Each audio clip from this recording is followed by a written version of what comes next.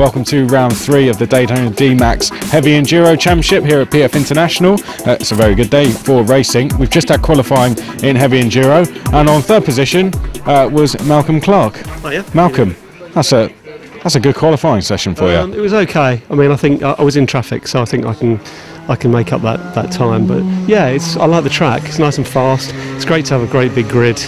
So the race will be good. It's the usual protagonists at the front, I think, really. So yeah, I'm looking forward to it. Long race. Aiming for a podium then? You're starting on podium position? Yeah, I think last time I was here, I was on the podium. So yeah, I'm hoping that I can. Yeah. Well, good luck. Thanks for speaking to us, Malcolm. So that's Malcolm Clark. He was third place. Tomek Zaustovic was pole position, and Adam Nakar was second. And in terms of super heavies, it was Adam Christopher who was pole in ninth place, and Tomek doing his usual pre-race routine. Tomek, pole position. Yeah, well, exactly. It's great. I'm really satisfied with that, and it's also great to have Adam Nakar starting beside me. And he's just less than a tenth off, so it looks like we're going to have another excellent race together. You two seem, you're about half a second quicker than anyone else. So where's that pace come from, do you think? I don't know. It's been 3 years since we've been here, so you've been down here testing? Not yesterday. I couldn't make it, unfortunately. But I I could dial in really quickly to the track. So I feel like I'm in the zone. And yeah, definitely we'll have a great race together with Adam. Best of luck. I'm loving the shades. They are worthy of a man on pole position, I must say. I'm going to go and find Adam Nakar and Adam Christopher, who I spoke to before we went on air, and he was telling me that down the straights he's just getting absolutely killed because of the weight. Here he is. So we're going to go and speak to him. 9th pole for super heavies. Yeah, we've had this. We're going to repeat the conversation we just had, basically. Pretty much, yeah. So that was good. Where's the nearest super heavy to you? Chris Munro, I think. Was it 2 places behind? 2 tenths, I think. So yeah, not far. It's not far. 9th overall. So I'm behind. I think I can't see what the gap is between me and Tomek. But yeah, I just got to keep my breath, to be honest with you. I'm knackered after that. And Adam Nakar, how convenient. You're right here, front row. Yeah. And it was pretty close. You're about 10th behind? Yeah, only a 10th behind. Mind you, we're half a second up on everybody else. Yeah. Don't know where that came from exactly. Thanks, Adam. So, yeah, you missed me at Sandown Park, but hopefully Tomek and I can disappear off into the distance, and then I'd take first or second. That would be great, actually, round 2. Is that the plan? Because we saw in the inter-race Chris Atworth trying to push Bobby Tronley away from the field, and it worked. Is that going to be the plan? It worked, but we thought he was sitting patiently behind, waiting to pounce, and ended up messing it up before he got a chance to. So I don't mind, actually. To be honest, I'll take second. If I end up sitting behind Tomek the whole race, it won't be too bad. I think he's a championship challenger. Want to see what I can do. It'd be nice to finish runner-up behind him. I'd take that for the season. So I'll take that today as well. Well, I just want to do one more thing before we call this a day. And just have a quick look. Oh, sorry, accidentally kicked someone there. And just have a quick look at how quick the DMAX karts are here.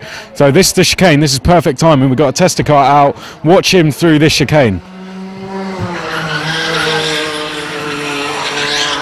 That's awesome. We've got an hour ahead of us. Let's get into it.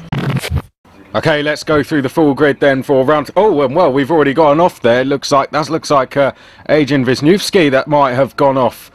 Coming out of the second hairpin. We'll pick that up a little bit later, but the full grid, let's get that for you. We've already spoken to some of the driver. Tomek Zaustovic on pole position with a 68.912. Adam Nakar will be alongside him. Then it's going to be Malcolm Clark and Blasienko. Good performance on him there on row 2. Tarek Almir and Alex Pritchard are row 3. Lee Whitney and Adrian Wisniewski was due to be on the outside of row 4, but that spin may set him back. Adam Christopher is leading super heavy on row 5 with Tom Pugh. Then it's Manton, Munro, Stud, Amendola, Vergara, Archer, Bahia, Cogsell, Hayes, De Vere rounds out the top 20. Then it's Clark, Barr, Gilmore, Pertak, Porter, Shingler, Moody, Martin, Newton. Then it's Darren Hughes. Tomek Zaustovic then turns his way onto the start-finish straight here at PF International for round 3 of the 2017 DMAX Heavy Enduro Championship. Are we going to go green first time? We look down from the drone. Yes, we do. Oh, someone coming out the tram lines there. They could get a penalty for that. We're on board with Alex Pritchard. That's Blasienko ahead of us, who had qualified on the outside of row 2. Oh, and a big shunt.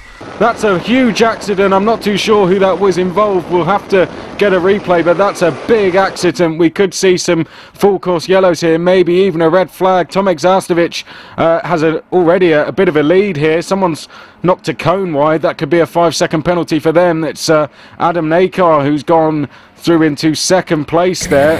Oh, and who's this going a little bit wide? Oh, and they go into the cone as well, so that could be a 5-second penalty for them if they've gained a slight advantage from that. But Tomek Zastovic leading the way out front through the chicane. Oh, and 3 more drivers off towards the back.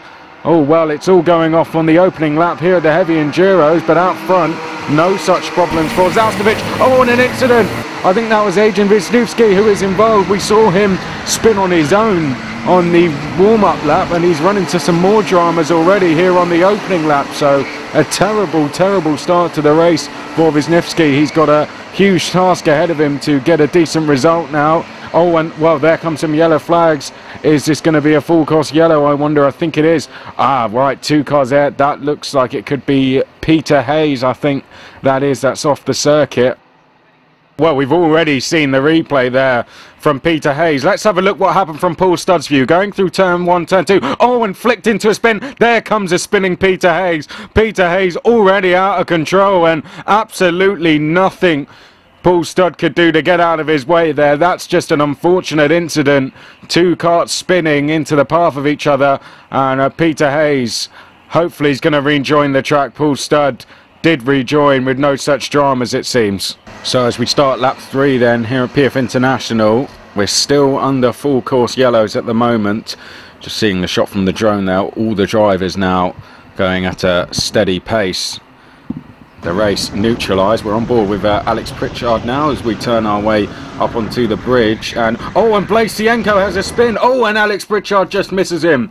Well, Blasienko, I'm not too sure what he was thinking there, because he started to overtake some drivers under yellow flags, and I think he realised what he had done and hit the brakes so hard. Oh, and Tommaso Amendola's going for it. Well, Amendola goes storming past Adam Christopher and Lee Whitney. Adam Christopher not too happy at all, and now he's off the track. Oh, and Christopher hits one of the cones. That could be a 5-second penalty. Back on board with Alex Pritchard. Well, I think Amendola realised that the race had started before anyone else did, and went for the accelerator, stormed past, and he's picked himself up a couple of positions in with it. Well, here we're on board now with Dane Clark a little bit further down the field. Oh, he's trying to go 3 wide. Oh, and he's had a spin. Dane Clark off the track. Well, Dane Clark, I've never seen someone in that position at PF International. Dane Clark trying to make an over-ambitious move perhaps, trying to go 3 wide into the chicane. I've never seen it work before, and unsurprisingly it didn't work this time as Amendola runs wide going out the last corner. Hits the cone, he'll pick up a penalty for that. They gave more than enough room here on track.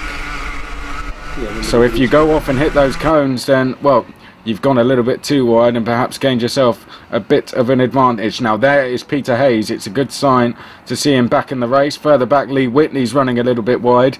Peter Hayes allowing everyone to go through. The good news is at least he is okay, and looks like he's going to rejoin the race, perhaps just returning to the pits to get that kart changed. Now up ahead, that's Malcolm Clark battling with Chris Munro in. Chris Munro gets the switch back out of hairpin 2. Can he make the move into the chicane? Oh, Malcolm Clark shuts the door on him, and well, we might see Chris Munro make the move into the 90 right. Malcolm Clark says, what are you doing? And Chris Munro saying exactly the same thing, get out of the way. Alex Pritchard's wondering what the heck is going on as he now comes through the Mike Wilson complex. He's got 2 drivers ahead waving their arms at each other, and he just wants to get past, in all honesty, as they now come out the last corner. Down the start finish straight, we're 5 laps in to this 52 lap race here at PF, and Lee Whitney now battling away with Tommaso Amendola. We're on board with Adam Christopher. Pokes one up the inside of Amendola. Good move there. That'll move. Oh well, now who's that up the inside? Oh, it's Andy Archer, and oh, Adam Christopher goes straight into the side of him. Adam Christopher, not too sure what he was thinking there, but that was a bit of an ambitious move, in all honesty, when clattered straight into the side of Andy Archer, and Andy Archer goes spinning round. He's going to drop all the way to the back of the field. Adam Christopher clearly not too happy with something, and has perhaps made a move that could cost him any chance of a good result in this race. We're back on board with Amendola. As here's a replay from Amendola. Yep, that's for me.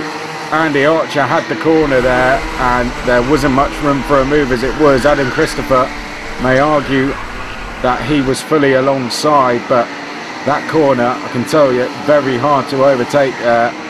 And Adam Christopher has just found out why. Now we have a black flag for number 6. That's Blasienko. Now, here we go. We have Chris Monroe defending from Alex Pritchard. We go on board with Pritchard as he heads up towards hairpin number 2. Looks to the outside. Monroe looking over his shoulder. Pritchard's got to be careful, though, because Whitney now comes up the inside. Whitney makes a bit of contact. Looks like Whitney's got through. And, well, Alex Pritchard pointing forward. He wants him to... Pritchard wants Whitney to follow him, but Whitney wants it the other way as they now go down towards the 90 right. Pritchard starting to get his head down. Monroe, of course, a super heavy driver, so he's actually leading his class, but he wants to go for an overall podium as well, and we've seen him do that before in the past. They come out the last corner, down the start, finish straight. On board with Pritchard once again as we go in towards turn number 1. There's a quick look from the drone underneath the bridge.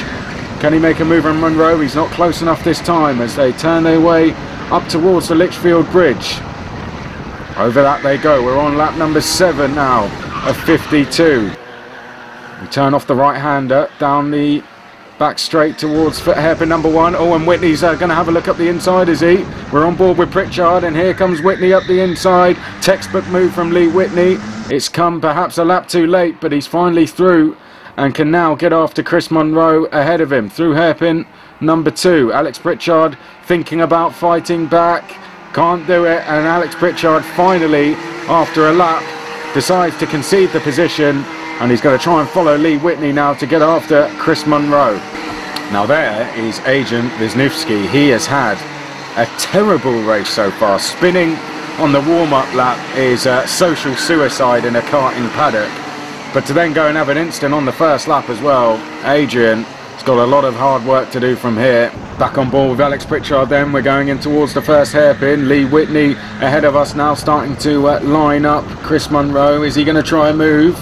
He isn't. Let's look further back. We can just see there Adam Christopher coming through the second hairpin. He's the next along in this queue. Now, he did have that coming together with Andy Archer earlier in the race.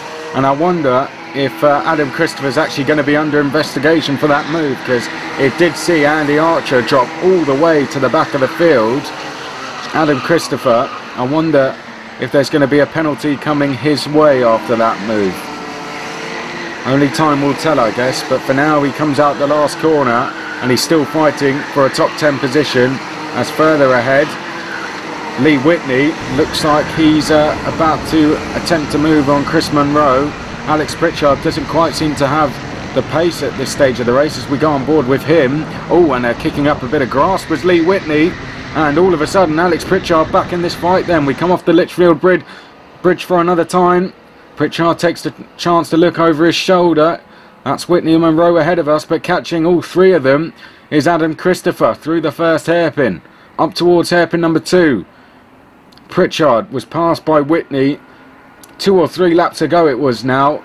Can he return the favour around 10 laps into this race? We head up towards the chicane. Oh, further back, that's Tom Pugh lining up a move on Tommaso Amendola. Amendola's going to brave it round the outside and hangs on. Now we're on board with Adam Christopher as we go through Bobby Game Corner. Oh, and he's coming into the pit. Adam Christopher has been shown a black flag here, and that's probably for that move on Andy Archer. Shakes his head. Adam Christopher, I imagine, somewhat aggrieved with the decision of the black flag, but for me, Adam Christopher, the move never looked quite on into the pits, and Adam Christopher will now drop all the way to the back of the field. Let's return to this battle for third then, and Lee Whitney's going to throw one up the inside of Chris Munro, gets through. We look from the view of Alex Pritchard, and Whitney now having to defend, looking over his shoulder, leaves the door open, Lee Whitney, and allows Chris Munro to make a move up the inside. They make contact. Alex Pritchard now trying to get involved as well, but Lee Whitney is just going to be able to hang on as they come through the chicane. It's Whitney, Munro, Pritchard, the battle for fourth place raging at the moment as they turn through the 90 right. In fact, I think this is actually the battle for fifth place as they come through the Mike Wilson complex. They've been at it for around 5 or 6 laps now, these three, and if they're not careful, they're going to start to be caught by the likes of Tom Pugh and Tommaso Amendola as well. Warning there for the number 50 as the battle for fifth, makes its way under the bridge. They come back over the bridge then, and Munro's going to try and move back up the inside, repays the favour to Lee Whitney, and Munro is back through. So Munro now having to be the one doing the defending, coming down towards hairpin number 1. In towards hairpin number 1, Munro defends, Whitney can't get past, he's going to be stuck on the outside now. Oh, well, he's through, so he was through. Got a good view of it there from Pritchard's on board. Whitney able to get through, so some over defending going on from Chris Munro there, but look how much the 3 drivers behind have closed in now, and that involves, there's Tommaso Amendola, so he's involved in this battle as he comes through Bobby Game corner. In fact, let's go on board with Tommaso through the Mike Wilson complex. Now back to this battle for fifth place. Whitney turns his way through the last corner with Munro behind, and then Pritchard. There's Peter Hayes, I believe, coming back out on circuit after a trip to the pit stops after that big shunt on the opening lap of the race. And whilst all that has been going on, meanwhile, Adam Nakar has been able to close in on Tomek Zaustovic. That gap significantly coming down. There's about a kart length between them now, with that, as they make their way up towards the chicane. Adam Nakar shaking his head. If he thinks he's doing a bad job, then he's thinking wrong, because he's actually with Tomek Zaustovic here, as behind Tom Pugh's made a place. So that's Tom Pugh into 9th place, I believe, now, as he makes his way through the chicane. Alex Pritchard not too happy about something. Overall, he's not been at his best this race. He seems to be struggling just a little bit, but it's far from over. Still plenty of laps to go. Back to this battle for fifth then, and Lee Whitney somehow has really extended his lead over the rest of the group. So Munro, well, in fact, Tom Pugh has gone past Alex Pritchard. So Tom Pugh on the move, and Chris Munro seems to be going backwards somewhat. Tom Pugh just don't know what happened there, a bit of a mistake potentially on the inside of the second hairpin. He comes through the chicane. This now lap 15, and Tom Pugh heading towards the 90 right is the one moving forward. Oh, but he leaves the door open, and Alex Pritchard sneaks through. That was certainly a mistake from Tom Pugh. An odd line to take through that corner, so I imagine he's either outbraked himself or gone wide through Bobby Game corner, and all of a sudden Tom Pugh, some of his hard work has gone undone, because he's lost that place to Alex Pritchard. Now he's going to have to try and get it back again before he can even think about going past Chris Munro. Back to this Chris Munro battle then. They make their way down towards hairpin 1. They're through hairpin 1 already. Is Tom Pugh lining up a move on Alex Pritchard here? I think he is. He dives down the inside. Tom Pugh, oh, a little bit of contact with Alex Pritchard, but he's through. Oh, well, and Tom Pugh pulls aside, and oh, what's going on there? Tom Pugh, I'm not sure if he was trying to let Alex Pritchard back through there, and Alex Pritchard said, you know what, that was actually a good move, get on with it. But Tom Pugh, well, just trying to work out what happened in all of that. Came down the inside. There was certainly a little bit of contact with Alex Pritchard, but overall it looked a good move to me. But in letting that place back to Alex Pritchard, look at the gap that Chris Munro has all of a sudden. Chris Munro won't know it yet, but Tom Pugh has just done him a big favour. So back to this battle then between Munro, Pritchard and Pugh. Yes, it's still raging. Oh, and Pugh's gone down the inside. Pugh's gone past Alex. Oh, and he's shaking his head all of a sudden. Pugh looking to... Oh, well, I don't agree with that, Tom Pugh. He's clearly agreed with Alex Pritchard, but... well, I think we all know what he thinks of Alex Pritchard there.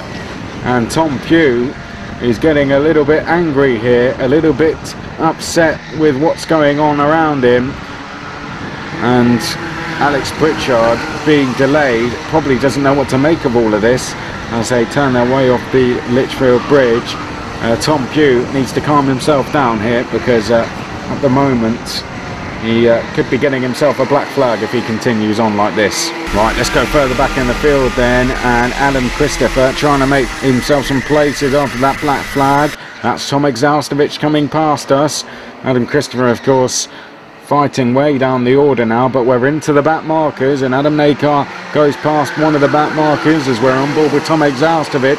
This a key stage of the race now. Adam Nakar, in not going past Tomek Zaustovic, has to stay with him in the back markers to keep himself in the fight come the end of the race. Alright, let's go right on board with Paul Studd then. He's fighting in the mid-pack here. He comes through Bobby Game corner onto the Mike Wilson complex, and oh, and he leaves the door open and someone's trying to come up the inside of him there. Paul Studd almost turned into a spin. I don't think it was an intentional, it was an attempted move that didn't quite work out, but as Paul Studd comes onto the start-finish straight, looks like he may be looking behind him more than he's going to be looking forwards here. I'm going to say it again if you want. We're going to go back to Tom Pugh. Yes, Tom Pugh, who I think I've talked about more than I have during the whole season. He's up the inside of Chris Munro. This the move that has been coming for around 5 or 6 laps. He goes up the inside in towards the chicane. Tom Pugh, he's had a bit of an eventful journey to get there. He's still waving his hands in the air. Not too sure what's wrong with Tom Pugh at the moment. I think he's just given up in this race, but he's got past Chris Munro. If he gets his head down, he may make some more places here, but clearly still very frustrated. Once again, we're going to go back to Tom Pugh. He's now caught up. To be fair to Pugh, he's absolutely dropped Munro. He's behind Lee Whitney and going to... Oh, Lee Whitney's had a spin. Lee Whitney's been spun. Tom Pugh's looking over his shoulder. Oh, was Tom Pugh the culprit there? I think he might have been. He's looking at Lee Whitney. Tom Pugh says, I'm sorry. Lee Whitney, his torrid season continues. He's going to allow Lee Whitney back through. Tom Pugh says, sorry mate, didn't mean it. And Tom Pugh, after all that hard work, now has to concede all of those positions once again. Lap 29 then, Adrian Wisniewski. What a recovery drive from him so far, considering what's happened to him in this race. To be back fighting with Tom Pugh and Tommaso Amendola and Lee Whitney, he's done an amazing job. He's already gone past Lee Whitney. Now he's trying to make a move on Tom Pugh. Tom Pugh likewise trying to pass Amendola. Let's go on board with Amendola as he turns his way up on towards the Litchfield Bridge. Oh, and Tom Pugh's going to come up the inside and he's through. So Tom Pugh takes that place then. They now exit the Litchfield Bridge and it gets worse for Amendola. Wisniewski goes through and, well, Wisniewski delayed himself in that move and allowed Lee Whitney to go through as well. So Wisniewski going one step forward and then one step backwards again. Lee Whitney, the big beneficiary in all of that, he's gained 2 places, and Tom Pugh has not only gained himself a place, but a big gap over that queue of karts. Tom Pugh can't get the move done there. Now he's alongside, going in towards the second hairpin, moves across, takes the place. Oh, and he's going to try and lunge up the inside of Pritchard, makes contact. Oh dear, and Pritchard delayed. They're 3 wide now, coming down towards the chicane. Pugh doesn't make a position. Pritchard delayed, and Munro it is, isn't it? That's now got a gap all of a sudden. Tom Pugh won't enjoy watching this one back at all, will he? Just hasn't been the race we would have expected him to have. Lap 44, and Pritchard now looking over his shoulder. Got Pugh there behind, Munro also behind as well. So Pritchard has got past Munro. I didn't quite see where that happened, but Pugh's going to try another move into hairpin number 2. I don't believe this. Pritchard runs wide. Pugh shaking his head once again. He's got through this time though. And now Munro going up the inside of Pritchard, who goes sideways into the corner. Oh, and he makes contact with Eli Vergara. Eli Vergara, I think he's going to allow the place back here, or is he telling Pritchard to get back past? but Eli Vergara gets through. It's been a torrid lap for Alex Pritchard, who had gone past Chris Monroe after all those laps. Now Tom Pugh goes past and he's lost a further 2 places. Just 8 laps left, and I think we're going to see round 3 in that battle. Well, it's more than that, isn't it? They've been at it for 44 laps and we still can't separate those 4 drivers. Down towards hairpin number 1 on board with Alex Pritchard. Eli Vergara up ahead. Looks like he's going to try and move on Chris Monroe. Gets alongside, doesn't complete the move though. Now Pritchard's going to go up the inside of Vergara. Oh, well, there's a yellow flag there. Now, that's interesting. Did Pritchard make the move before the yellow flag? I don't see Eli Vergara gesticulating to suggest Pritchard wasn't through already, so I think Pritchard may have just completed that move in time before that yellow flag was shown. So Alex Pritchard, always known to be a pretty fair driver, to be honest. I think if he felt that he was behind at that yellow flag, he'd allow the place back. But Pritchard backs through past Vergara. It's been quite an extraordinary battle, really. And Vergara, trying to make a move on Monroe, lost himself a further place. After 49 laps, well, it's going to be 50 laps in just a second as Tomek Zaustovic and Adam Nakar turn out the last corner. Tomek looks over his shoulder. They flash through, the drone catching a nice shot there of the 2 leaders going through. After 50 laps, they are still neck and neck as they go onto the Litchfield Bridge, on board with Tomek Zaustovic as he turns his way over the Litchfield Bridge. Tommaso Amendola just up the road there, and still Adam Nakar being patient here.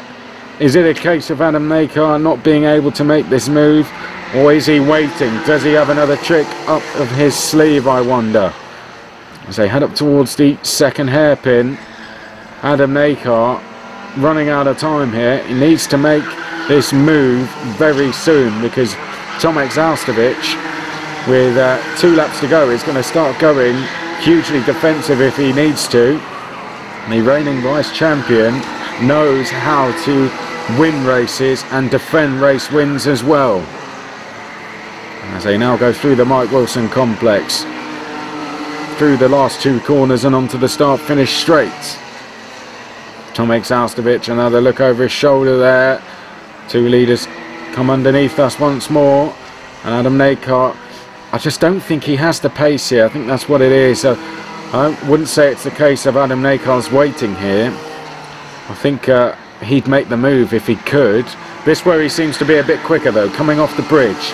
There, Adam Nakar looks a little bit stronger through that bridge section, but once again, oh, and it's all kicking off here. Oh, Chris Monroe, not knowing what's going on there. He's well, they're 4 wide. They're 4 wide going in towards hairpin 2. That's going to end in tears, and it has done. Chris Monroe involved in that. Adrian Wisniewski has made a couple of places. Who was the other driver caught up in that? I'm not too sure. But Chris Monroe trying to go up the inside of 3 drivers up at the same time. That would have been a move of the season if it came off. But unsurprisingly, it didn't. Now, further up the road, we must concentrate on the 2 leaders because they're about to start the last lap, I believe, as they come out the last corner. Tommaso Amendola looking over his shoulder, should allow Tomek through.